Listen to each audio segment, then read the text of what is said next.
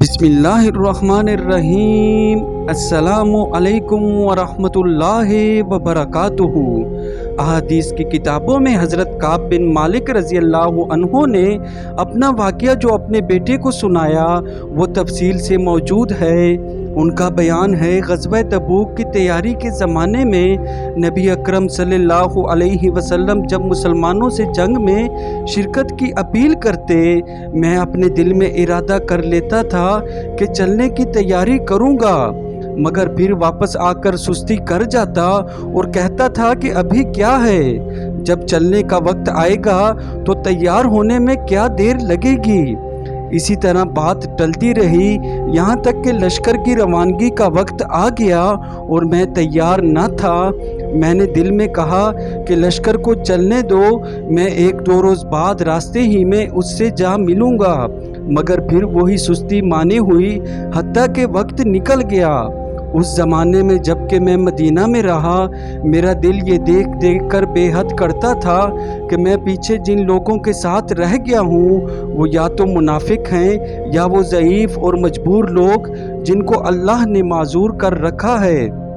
نبی اکرم صلی اللہ علیہ وسلم تبوک سے واپس تشریف لائے تو حسب معمول آپ صلی اللہ علیہ وسلم نے پہلے مسجد میں آ کر 2 رکعت نماز ادا کی، پھر لوگوں سے ملاقات کے لیے بیٹھے۔ اس مجلس میں منافقین نے آ کر اپنی معذرتیں لمبی چوڑی قسموں کے ساتھ پیش کی۔ یہ 80 سے زیادہ آدمی تھے۔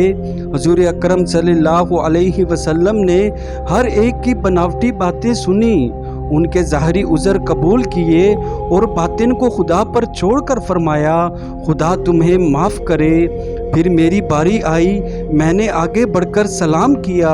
آپ صلی اللہ علیہ وسلم میری طرف دیکھ کر مسکرائے اور فرمایا، تشریف لائیے، آپ کو کس چیز نے روکا تھا؟ میں نے عرض کیا، خدا کی قسم اگر میں اہل دنیا میں سے کسی کے سامنے حاضر ہوا ہوتا تو ضرور کوئی نہ کوئی بات بنا کر اس کو راضی کرنے کی کوشش کرتا۔ باتیں بنانا تو مجھے بھی آتی ہیں، مگر میں آپ صلی اللہ علیہ وسلم کے متعلق یقین رکھتا ہوں کہ اگر اس وقت کوئی جھوٹا عذر پیش کر کے میں نے آپ کو راضی کر بھی لیا تو اللہ ضرور آپ صلی اللہ علیہ وسلم کو مجھ سے پھر ناراض کر دے گا۔ البتہ اگر میں سچ کہوں تو چاہے آپ ناراض ہی کیوں نہ ہوں، مجھے امید ہے کہ اللہ میرے لیے معافی کی کوئی صورت پیدا فرما دے گا۔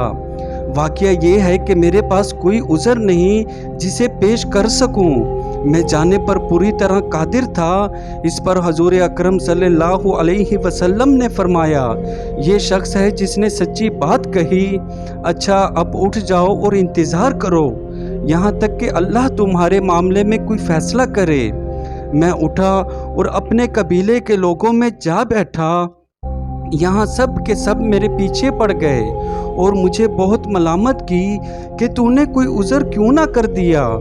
میں یہ بات سن کر میرا نفس بھی کچھ آمادہ ہونے لگا پھر حاضر ہو کر کوئی بات بنا دوں، مگر جب مجھے معلوم ہوا کہ 2 اور صالح آدمیوں مرارہ بن ربیع رضی اللہ عنہ اور حلال بن امیہ رضی اللہ عنہ نے بھی وہی سچی بات کہی ہے جو میں نے کہی تھی تو مجھے تسلی ہو گئی اور میں اپنی سچائی پر جمع رہا۔ اس کے بعد نبی اکرم صلی اللہ علیہ وسلم نے عام حکم دے دیا کہ ہم تینوں سے کوئی بات نہ کرے۔ وہ دونوں تو گھر بیٹھ گئے مگر میں نکلتا تھا، جماعت کے ساتھ نماز پڑھتا تھا، بازاروں میں چلتا پھرتا تھا، مگر کوئی بھی مجھ سے بات نہیں کرتا تھا۔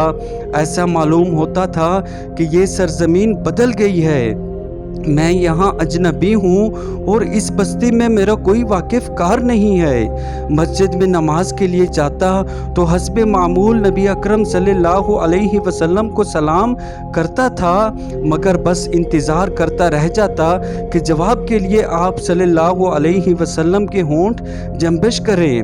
نماز میں نظر چرا کر حضور اکرم صلی اللہ علیہ وسلم کو دیکھتا کہ آپ کی نگاہیں مجھ پر کیسی پڑتی ہیں، مگر وہاں یہ حال تھا کہ جب تک میں نماز پڑھتا آپ صلی اللہ علیہ وسلم میری طرف دیکھتے رہتے اور جہاں میں نے سلام پھیرا آپ صلی اللہ علیہ وسلم نے میری طرف سے نظر ہٹا لی۔